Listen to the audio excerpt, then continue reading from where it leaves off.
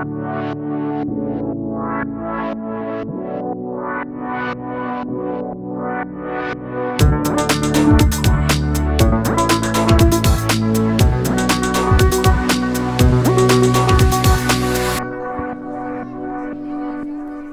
qu'on va survivre sans ventilateur? Je suis pas sûre. Tu me dis si tu veux de l'eau. Donc je vais boire. Là c'est bon. Tu choisis du café? Du thé? Non, ça va. Ah, Tu vas aller au feeling pour les questions? Ouais, je l'ai pas préparé celui-là. Ok. Je l'ai pas préparé. Et en plus, j'ai plus de batterie dans mon ordi. Donc toutes mes notes, je vais la charger pour que je ne pas. Mais... Ouais. Ouais, c'est vrai, quoi que je pourrais. Le truc là. C'est comment ça? Comment je sais pas, comme ça. Ouais. Ça t'endort, toi? Non, je déteste l'ASMR. Je déteste ça. Ça va? Très bien. Pas trop chaud? Ça va. Tu dirais aujourd'hui que t'as combien de copines, copains, combien d'amis? Je dirais que j'en ai une petite dizaine. Tu peux les compter dans ta tête pour voir si c'est vraiment le cas. 2, 3, 4. On a 9. 9? Ouais. Garçons et filles? 10, en fait. J'avais compté que les filles. Et t'as que un ami? Oui. D'accord. Ça fait combien de temps que vous vous connaissez tous? Est-ce que vous êtes tous connus en même temps? Non, du tout. Il y en a que j'ai connus dès que j'ai déménagé à Chennevières. Donc ça va faire 8 ans là à peu près. Ouais. Et il y en a d'autres que j'ai rencontrés au lycée Ouais. et d'autres à la fac. Ok. Tu dirais que t'as des meilleurs amis? Oui. Ouais. Genre, t'as une meilleure amie? Je dirais 3. Ah ouais, bah... et pourquoi ce seraient les meilleurs alors? Comparé à, du coup, à la aux petite autres, dizaine. ouais.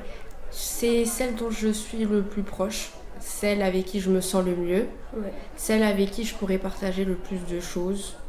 Celle avec qui je suis le plus à l'aise. Vous vous êtes déjà disputés?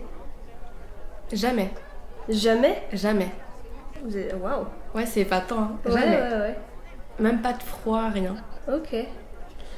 T'as la sensation que vous pourrez rester amis toute la vie? Oui. Alors ces trois-là, tu les as connus à quel âge? Au collège, j'avais 13 ans. 13 ans. Et maintenant, vous faites toutes des études différentes? Complètement. D'accord. Vous voyez à quelle fréquence? Ça dépend. D'une amie à une autre, c'est pas la même fréquence. Et je pense que la fréquence d'ailleurs ne change pas quelque chose, même si pour les trois ouais, c'est différent. Ouais. On a une que je vois plus que les autres, on peut dire toutes les semaines à peu près. Une autre que je peux ne pas voir pendant plus d'un mois. Ouais. Ou 2-3. Et une autre que je peux ne pas voir pendant 2-3 mois aussi. Et vous vous écrivez tous les jours? Pas tous les jours, mais on s'écrit par contre régulièrement. Quand on dit écrit, on parle de s'écrire comment? On prend de nos nouvelles et à travers les réseaux sociaux, on répond à nos stories mutuellement, savoir ce qui se passe. Facebook? Non, on n'a pas ça. Surtout au niveau de Snapchat. Snapchat? Ouais, on Ok. s'envoie en fait des snaps de ce qu'on fait. Comme ça, on a l'impression... Enfin, c'est comme si on était avec l'une ou l'autre. Parce que, en fait, on voit l'action ou l'endroit où on est, etc. Donc, je sais pas, je trouve que ça fait plus réel que quand c'est un message. Et t'as l'impression que ça, pendant le confinement, ça a augmenté ou Pas du tout. Ça n'a rien changé? Pas du tout. Parce que pendant le confinement, je les voyais. Ah, d'accord, tu les voyais. Et oui. Ok. Si demain, il n'y avait plus de 5G, 4G, Wi-Fi, Ouais. est-ce que tu penses que votre amitié serait la même?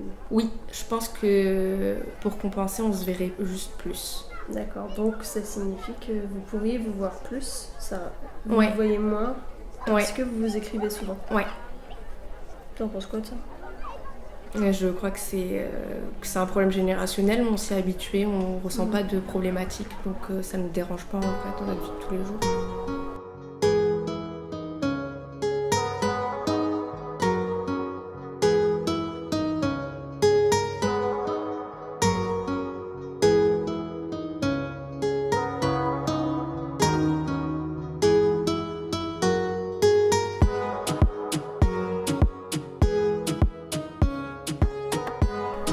Est-ce que la façon dont tu te fais des amis maintenant que t'es à la fac, par rapport à comment tu te faisais des amis au collège, t'as l'impression que c'est différent? Complètement.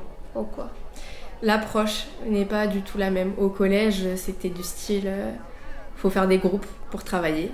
Et puis je me rappelle, il y avait 2 copines qui étaient venues. Oui, on peut se mettre avec toi, t'es la nouvelle. Bon, ok. Et puis voilà. Ah oui, parce que toi, t'as changé, t'es arrivée au collège, Ouais. Tout le monde se connaissait la nouvelle. déjà. Voilà, tout le monde tu se venais connaissait de Paris. Exactement. Tout le monde se connaissait déjà et moi, du coup, j'étais la nouvelle de la ville, la nouvelle dans le collège. Donc voilà. À la fac, ça se faisait. Déjà, ça s'est fait beaucoup plus lentement. C'est-à-dire que la première année, je me suis fait des copines en réalité en fin d'année. Oui. Fin d'année parce que il y avait beaucoup plus de distance. Personne ne se parlait réellement dans la classe à part les gens qui se connaissaient déjà. Ça se faisait à force au sein du groupe de classe ou si on devait partager des informations de travail, etc. Puis après on réalisait qu'on avait moi j'aime bien ci, ah oui toi aussi, etc. Qu'on y avait des trucs en commun, etc. À peu près le même délire, qu'on rigolait sur les mêmes choses et puis à force ça s'est fait. Mais c'était beaucoup plus lent, beaucoup plus lent. Vous voyez à l'extérieur? Non. Bizarrement, avec mes copines de la fac. Pendant la période de cours, oui. Mais là, par exemple, de toutes ces vacances, non. J'en ai vu aucune. T'as vu les autres? J'ai vu les autres. D'accord, les copines d'avant. Ouais. Qu'est-ce que vous faites quand vous vous voyez avec vos copines? Lesquelles? Toutes, Alors ça dépend. Alors mes copines de fac, alors c'est le pur hasard, mais elles sont de la même profession de foi que moi. Oui. Du coup généralement on va souvent se voir parce que ça va être l'heure de la prière. On va se dire ça vous dit qu'on aille prier ensemble. D'accord. Donc on va les prier ensemble. Par la suite, si les midi 13h, on mange après, etc. C'est pas le même style de conversation non plus. On va avoir beaucoup de conversations centrées sur la religion, que je ne vais pas forcément avoir avec mes copines qui sont pas de la même profession de foi que moi. Voilà, en fait, c'est ce qu'on fait. Durant l'année, c'est ce qu'on fait. Et sinon, du coup, on va à la fac ensemble. Et les autres copines? Les autres copines, on fait toutes sortes de choses. Alors, c'est tu viens chez moi, je viens chez toi. On se fait une petite soirée Netflix ou pizza, on commande. Ou tout simplement, ça fait longtemps qu'on s'est pas vu. Donc, on peut aller se voir dehors, manger au resto. Enfin, voilà, un peu de tout. On est partis en vacances ensemble. En fait, on peut tout faire ensemble. J'ai déjà appelé, même si c'était pas très efficace, mais j'ai déjà appelé une copine pour faire le ménage à la maison, pour m'aider. Donc voilà. Si t'étais en grosse galère, t'appellerais lesquelles? Celle de la fac ou... Je pourrais appeler les deux. Ah ouais, Ouais. Elle serait là, d'accord. Ouais. Pourquoi t'as qu'un seul ami? Alors, je pense que c'est parce que j'ai jamais eu d'amis garçons qui n'a pas tenté, qui n'a pas été ambigu à un moment donné. Donc, pour moi, c'est rédhibitoire. Je peux pas être amie avec quelqu'un qui a tenté, en tout cas du sexe opposé, qui a tenté quelque chose. Ça me gêne, en fait. Ça me gêne de me dire que je peux lui plaire. Donc, du coup, en fait, j'en ai qu'un seul. Pourquoi, en fait, ça te gêne Ça me gêne parce que je me dis que, en fait, j'ai besoin d'être considérée comme une sœur pour le sexe opposé. C'est ma manière de rester naturelle à 100% avec un garçon. Sinon, en fait, je me mets des barrières. Si je sais que je peux lui plaire, je vais pas être naturelle et je vais avoir peur, en fait, de faire quelque chose qui peut laisser croire qu'il y a une porte ouverte. Donc, au final, je suis pas bien dans la relation. Donc, je préfère être avec quelqu'un qui est sûr de ne pas tenter quelque chose avec moi. Et ton ami garçon, là, lui, tu peux être totalement naturel? Ouais. Complet. Son regard sur toi pourra jamais changer? Oui, non, je suis sûre que non. Est-ce que ton regard sur quelqu'un a déjà changé? Un ami? Ouais. Oui. Alors pourquoi le sien il pourrait pas? C'était pas le même style de relation. Alors que mon ami actuel, c'est beaucoup plus fraternel, c'est beaucoup plus profond, il y a du contenu, il y a du vécu. Et lui, vous vous écrivez tous les jours aussi? Non. Souvent? Oui, souvent, mais pas tous les jours. D'accord. Et on se voit pas, on va dire qu'on peut se voir tous les 4-5 mois. Ok. Pas régulier. Et avec lui, vous partagez pas la même profession de foi? Si. Mais vous en parlez pas? On peut, par exemple, la dernière fois qu'on en a parlé, il savait pas que je priais, du coup... Ah oui, il me disait, t'es plus trop à l'affût au niveau des réseaux sociaux, etc. dans l'année. en dehors des vacances. Et je lui disais que en fait j'avais pas le temps parce que voilà, je faisais mes journées de fac, etc. Quand je rentrais, du coup j'ai rajouté je dois rattraper mes prières de la journée, etc. Et du coup c'est comme ça qu'on a bifurqué, mais sinon sans plus. Ok. Tu disais du sexe opposé, je supporte pas l'ambiguïté. Oui. Mais alors du même sexe, tu supporterais de l'ambiguïté? Une relation avec une amitié avec une fille qui pourrait qui serait un peu, qui t'aimerait bien mais tu saurais pas trop comment. J'ai l'impression que je pourrais plus gérer. Ah ouais. Je sais pas pourquoi, je saurais pas vraiment expliquer pourquoi, mais ça me mettrait moins mal à l'aise. Je sais pas pourquoi. D'accord. Peut-être le fait d'avoir grandi en majeure partie qu'avec des femmes, je sais pas. Ouais. Tu trouves qu'ils sont fiables, les hommes? Justement non. Non, les hommes non, et j'ai l'impression qu'avec les femmes c'est toujours plus gérable, je sais pas. Je trouve que je peux plus faire confiance à une conversation que je peux avoir avec une fille à qui j'aurais pu plaire qu'un homme. En fait, je ne pourrais pas accorder ma confiance à un homme à qui j'ai plu. Ouais. Ouais, en fait, je sais pas, j'ai l'impression que j'assimile, après je sais pas si c'est sexiste de dire ça, mais j'assimile l'intelligence émotionnelle aux femmes. Je trouve que les hommes manquent d'intelligence émotionnelle, et du coup, ça me donne pas envie d'avoir confiance en eux. C'est peut-être un peu sexiste, Ouais. c'est peut-être un peu ton expérience. Ouais. Après, on a le droit de penser des trucs sexistes, hein. Il y a des millions de gens qui ont des pensées sexistes. Oui, c'est sûr. Mais du coup, plus à l'aise avec les femmes. Bon. Est-ce que tu fais une différence entre une amie, une copine, une pote? Oui. Alors en fait, moi je n'utilise pas vraiment ces termes, mais du coup pour moi il y a des degrés dans l'amitié. J'estime certaines amies comme des sœurs.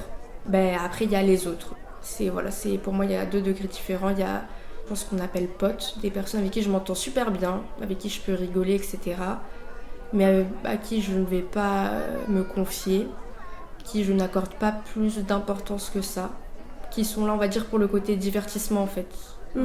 Ouais, moins de profondeur genre dans la relation. Une relation en surface en fait.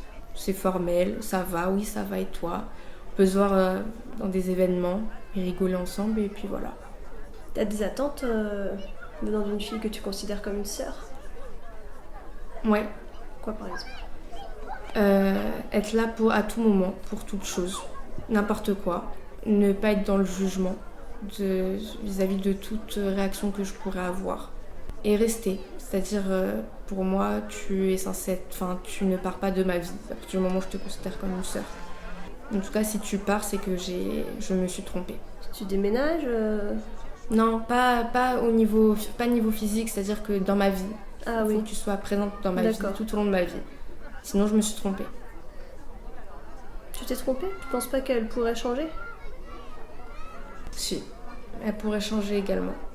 Mais si je te considère comme ma sœur, je devrais être prête à accepter ton changement. D'accord.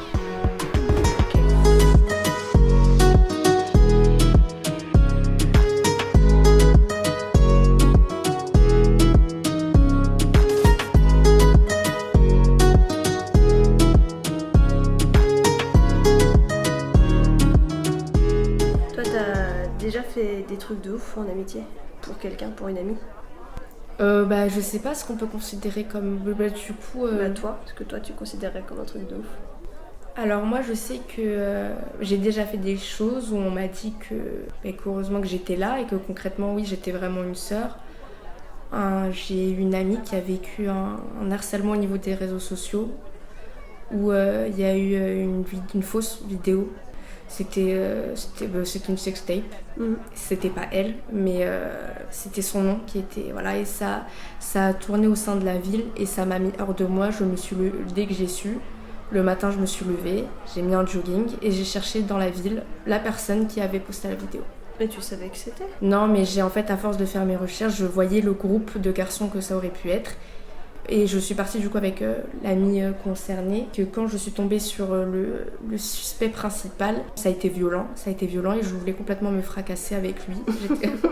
Concrètement, on n'a pas pu se battre réellement parce qu'on nous a séparés assez rapidement, mais voilà, pour moi c'était... je voulais me le faire. Mais t'étais sûre que c'était lui? En fait, ce qui s'est passé, c'est que si c'était pas lui, il savait qui c'était, et puis il était...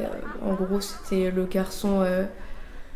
un peu stéréotypé du style moi je sais c'est qui mais je dirais pas. Ah ouais. Voilà, Ah donc ouais. de quoi bien m'énerver. Donc voilà, c'est parti un peu dans tous les sens. Je me souviens que je ne voulais pas arrêter mes recherches. J'étais en colère, j'étais hors de moi. Et je sais que généralement, quand il se passe ce genre de choses, je suis plus énervée pour mes proches que pour moi-même. Ça me serait arrivé à moi, alors c'est pas forcément bien, hein, mais peut-être que j'aurais pas donné autant d'énergie Ah ouais. à la situation. Tu peux plus donner d'énergie pour tes amis, tes proches que toi-même. Ouais, bah toutes les fois où je me suis battue, où j'ai failli me battre, ça a jamais été pour moi, ça a toujours été pour mes proches. Ah, tu dirais que t'es une bonne amie pour toi-même ou pas? Pour moi-même, Ouais. moins. Pourquoi? Je sais pas. Je sais pas. Peut-être, je sais pas, j'ai besoin. Je m'accorde pas assez de temps, ou je m'en accorde pas assez même pour me demander pourquoi je me donnerais pas autant d'énergie pour moi. Je sais pas. J'ai jamais vraiment pensé. Je me suis habituée à être comme ça, je me dis juste que je suis comme ça, sans me poser plus de questions. Et alors la vidéo, elle a été retirée après? Elle a été retirée. Il n'y a plus de nouvelles depuis. On connaît le groupe. Bon, après, on en a plus su après. En fait, on s'est rendu compte que c'était à cause de son petit frère qui avait créé un problème dans le quartier. Le petit frère de la fille? Ouais. Ah, c'était une vengeance. Et voilà, il y a un garçon qui a voulu se venger. Et du coup, il a utilisé sa grande sœur pour se venger. Voilà. Super. Super, ouais. Super. Elle s'en est remise, ta copine? Oui, heureusement. Heureusement, mais franchement, ça a été dur. Ça a été dur. Je pense que c'est ce qui a aidé, c'est que personne n'y a vraiment cru ou personne n'a appuyé sur ça. Personne ne lui en a parlé en fait à l'extérieur. En dehors de nous, notre groupe de copines, personne n'en a parlé. Donc, Et toi, tu disais, ça m'a mis en colère. Qu'est-ce qui t'énervait en fait? Cette injustice-là, ce mensonge, le fait de s'en sortir, d'être caché derrière les réseaux, de pas savoir qui c'est, en fait, de me dire que merde, en fait, ce connard, on savait que c'était un garçon, ce connard, en fait, il fait un truc de ouf. Et en fait, il va s'en sortir parce qu'on saura pas qui c'est. Et ça, en fait, ça me rendait ouf. C'était une grosse injustice. On pouvait rien y faire, on était complètement impuissante, ça m'énervait, ça me rendait ouf. En fait, c'est toujours les mêmes histoires, c'est toujours les filles qui vont se retrouver dans ce genre de vidéos et qui vont être critiquées. Par exemple, dans la vidéo, il y avait aussi un homme, et on a parlé que de la femme qui était dans la vidéo. Tout le contexte m'a rendu ouf. Ça m'a rendu ouf. Et même là, le fait d'en parler, de me dire que je sais toujours pas depuis toutes ces années qui c'est, et je me dis, c'est un mec du quartier, ça se trouve, je lui dis bonjour. Ouais. Ça se trouve, quand je le vois, je lui dis bonjour. Et donc, c'est frustrant. Très frustrant. Vous aviez fait appel à la police à l'époque? Oui, mais ils pouvaient pas faire grand chose apparemment. Ok. Voilà, c'était un compte anonyme sur Snapchat, je crois. Et puis apparemment ils avaient pas de quoi remonter, donc ça s'arrêtait là. Ça peut aller loin ces histoires. Ouais. Et t'as raison, on parle toujours de la fille dans la vidéo. Ouais. Je suis d'accord. Comme si pour un homme c'était normal. Oui, non, c'est rien. En fait, ça ne choque pas que ça soit un voire homme. valorisant. Ouais. Mais pour la femme, c'est à critiquer à chaque fois. Ça énerve ça. Ça m'énerve. Oui. Ça m'irrite. J'aime pas. Ok. Tu veux un Kinder? Non, merci. Les country? Ouais. Peut-être après.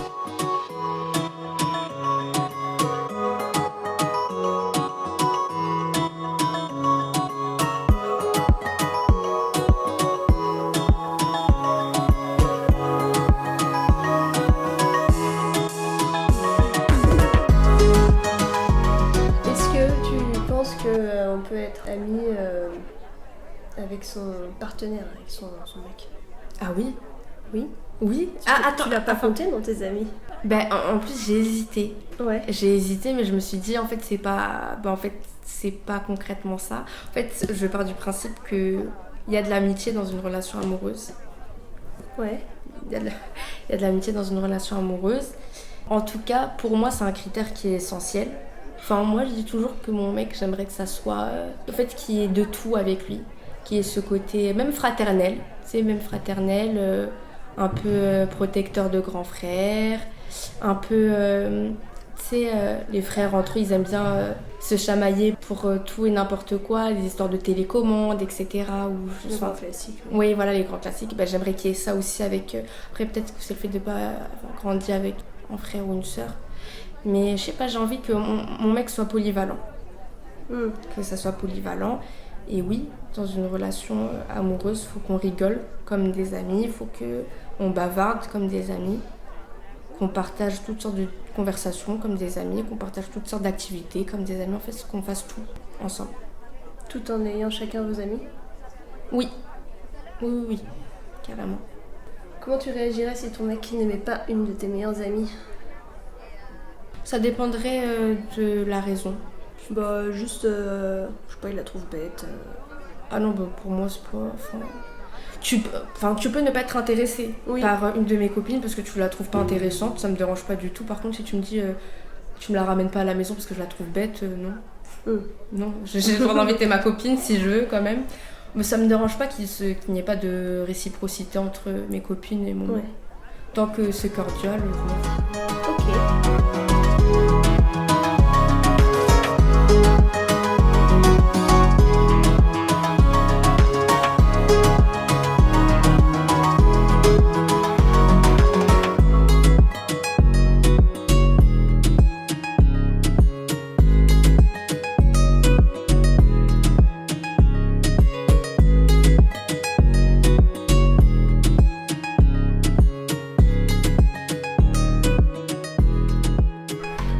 On a 16 ans de différence. Ah, j'avais jamais calculé. Bah si, je pense que c'est ça. Est-ce que quand tu m'entends parler de mes amitiés ou ce que tu as pu entendre, est-ce que tu as l'impression qu'il y a des choses différentes ou similaires au contraire du fait de nos générations qui sont pas les mêmes? Alors, moi j'ai l'impression que c'est pareil, que c'est toujours les mêmes critères, c'est-à-dire que par rapport aux degrés différents d'amitié, donc plus ou moins fortes, je trouve que c'est toujours les mêmes choses qui font les différences, par exemple ce côté confiance, estime qu'on va apporter à la personne, selon qui elle est. Je pense que ce qui est différent, c'est juste l'approche, en surface, comment l'échange en fait, l'échange. Je pense que ça diffère au niveau des réseaux, par exemple. Je pense au podcast que tu as fait avec ton ami. Avec Thomas, ouais. Oui, avec Thomas. Alors je sais plus qui disait ça, mais qu'en gros, le fait de partager les photos ou images sur les réseaux fait qu'on a moins de choses à se dire parce qu'on sait. Voilà. Alors pour nous, en tout cas pour ma part, avec nos groupes de copains-copines, nous, ça ne change absolument rien. Parce que pour nous, c'est des informations de surface, ce qui est sur les réseaux. Et nous, on va développer le contenu. C'est-à-dire que, par exemple, j'ai une copine qui va mettre sur Insta une photo dans un resto. Donc, je sais que ce soir-là, elle était dans un resto. En privé, elle va me raconter le trajet qu'elle a fait pour aller au resto, ce qui s'est passé durant le trajet, ce qui s'est passé durant sa soirée, à son retour, etc. Donc, au final, le fait qu'elle partage des stories ou ce qu'elle fait ne change rien au taux d'échange qu'on peut avoir, elle et moi. Donc, ça veut dire que tu vas demander autant de nouvelles à quelqu'un qui partage des Exactement, stories ou pas? ça ne change vraiment rien. Ou justement la story va permettre à des... je vais envoyer la story et dire du coup aujourd'hui t'as fait ça, comment ça s'est passé, etc. Mais du coup ça restreint pas l'échange. Donc j'ai juste l'impression que on est plus habitué au réseau, du coup que ça change pas les relations, peut-être parce qu'on a grandi avec les réseaux et que nos échanges se sont toujours faits à travers les réseaux. Toi, t'as eu un portable à quel âge? J'ai eu un portable à mes 12 ans. Et avant ça, comment vous communiquiez? J'avais pas d'amis avant. Tu penses que c'était lié?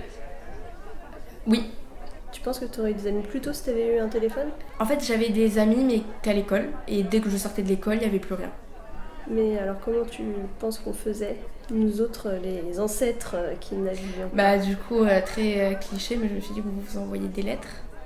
Mais aux gens de la classe? Ouais. Attends, quand je dis ancien, je dis pas ancien 1902. Papa me disait qu'il envoyait des lettres à ses copains. Ah ouais, mais attends, j'ai pas le même âge. T'es sérieuse? Pardon, je t'ai pas respecté. Là. Non, tu m'as pas respecté. On se téléphonait, figure-toi. Téléphone fixe. Ah oui, j'y ai pas pensé. Je rentrais chez moi et j'appelais mes copines, c'était pas gratuit à l'époque. J'avais Fallait des payer. factures. En fait, j'étais toute seule quand je rentrais à la maison jusqu'à 19h30, je crois. Ouais. En fait, je suis rentrée seule à la maison toute la primaire. Ouais. Mais avant, j'allais chez les voisins. Et dès la 6e, je restais à la maison seule. Tu viens de relever quelque chose. En fait, j'avais des amis, mais pas en France. J'arrivais à garder mes amis du Maroc. Parce que c'était le seul endroit où j'avais le droit de sortir et de rester dehors avec des proches. En France, quand je revenais en France, du coup j'allais à l'école. Et en rentrant, en fait, je pouvais pas réellement, enfin c'était très dur pour maman de me laisser sortir ou quoi, enfin je sais pas, je pouvais pas fructifier en fait une réelle relation pendant cette période. Ça a commencé au collège, elle m'a plus laissé sortir au collège. Mais sinon avant, j'allais peut-être 2-3 fois des anniversaires dans l'année, voilà. Mais sinon non, j'ai changé avec personne en fait, parce que j'avais pas de quoi changer. Le téléphone fixe, j'avoue que j'y avais pas pensé. Ce que je disais, c'est que moi du coup je rentrais et dès la minute où j'avais balancé mon sac dans l'escalier, je me jetais sur le téléphone fixe et je passais des heures au téléphone avec souvent les mêmes copines d'ailleurs. Souvent la même. Il y en avait 2 on va dire. Il y en avait une où effectivement au collège on s'écrivait des lettres mais on se les envoyait pas, on se les donnait. Ah, c'est mignon. Des lettres. Mais il y en avait une autre où on passait du temps au téléphone et c'était du temps à rien dire, à regarder des séries, à commenter ce qu'on voyait pour pas être seule quoi. Et on se rappelait l'une et l'autre. Et je crois que c'est comme ça qu'on a entretenu quelque chose et qu'on a tissé quelque chose en dehors des cours. Et parfois, on se voyait le mercredi ou le week-end, c'est arrivé. C'est arrivé quand même, mais il fallait que nos parents nous emmènent, etc. L'une chez l'autre, qu'ils aillent nous chercher. Un peu plus compliqué. En plus, c'est la banlieue, parce que je pense que Paris a plus de transport. Après, c'est pas pour ça que tu as plus le droit de le faire seul, mais on faisait pas mal de vélo aussi pour se déplacer. On allait les unes chez les autres.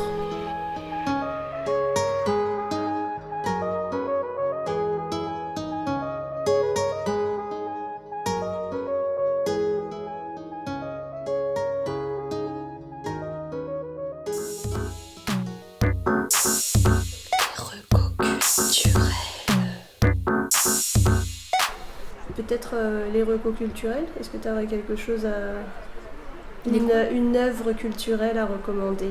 Une série sur le thème Non. Ah, n'importe quoi. Un truc que vraiment tu trouves que ça mérite d'être connu, lu ou... Alors là, je pense au livre que je viens de débuter. Ah oui, mais je l'ai déjà recommandé dans l'épisode 2, Coban et Colline de Théo Calcari. On reste sur la qualité.